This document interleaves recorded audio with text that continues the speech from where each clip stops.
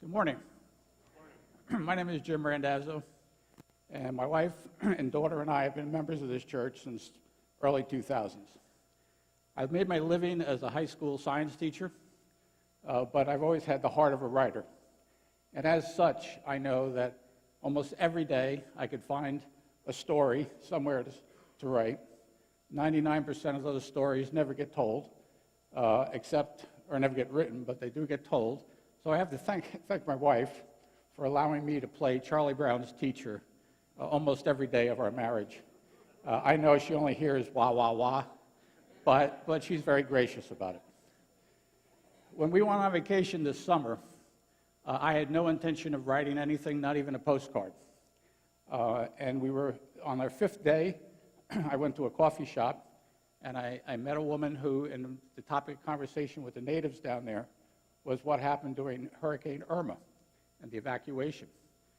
And the conversation that she gave me, or we had, so paralleled the book that was suggested as summer reading here called The Circle Maker, that it was just too much of a coincidence. So I decided I was going to go home, write that particular story. I had a couple of other stories that I had in mind since we had left home, and I just put them together. The next morning, I was having my coffee and spending a little quiet time with God, and I got this feeling that He wanted me to do something. I didn't know what. So I said, well, okay, you know I like to write, you know I'm willing to share, but I don't have a clue what you're asking me to do.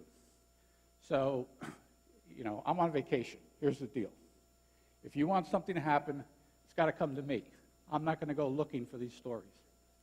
Well, those of you who don't believe in the power of prayer, don't ever have a prayer like that, because I can guarantee you that every day, from day 5 to day 40, something came to my attention every different way, every different time of the day, whether I was in the pool, whether I was at a coffee shop, wherever I was, something came to my attention that had to be written.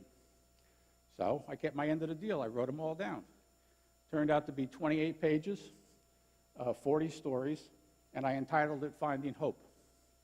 Now, the science teacher in me wanted to look for a pattern. What were these stories all about?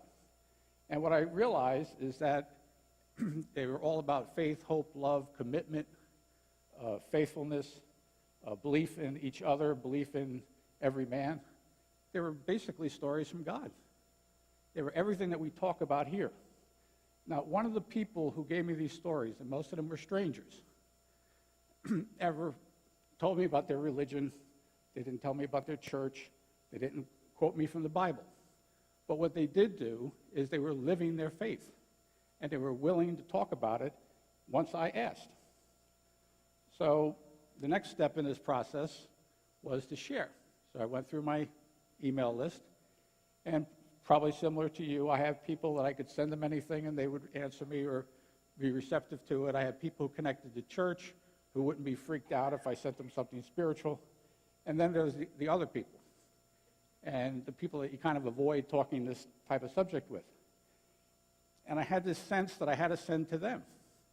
So I picked those people at random. Some of them never got a story from me, that even though I write for the church blog, they never got a story connected to the church.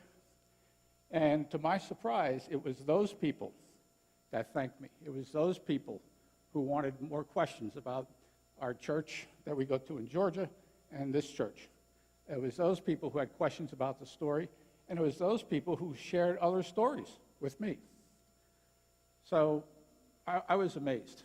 And when I came home, I talked to a couple of people. One of them was Heather. And Heather does multiple things, and one of the things she does is run our church blog.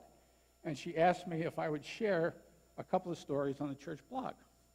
Well, of course, that's easy. They're already written. You can have them all. Pick what you want. But something told me that's not good enough.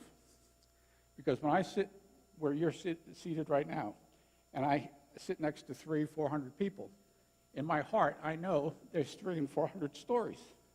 There's a reason why you're here. There's a reason why you believe. You all live your faith in different ways. So I'm going to end this the same way I started it, this summer. My name is Jim. I'm a writer. and I write for this church. And if you have a story where you know that God has acted in your life, I would love to hear it, because it's going to make me a better Christian and a better writer. If you give me the privilege of sharing your story, I guarantee you I'll make that happen also, and I can promise you two things. Number one, somebody out there needs to hear your story. And number two, when you see a collection of these stories side by side, you will be amazed at the way that God works in all of our lives. And you will find hope, you will have joy, and you will smile a little bit, even though the world out there is pretty crazy. Thank you very much.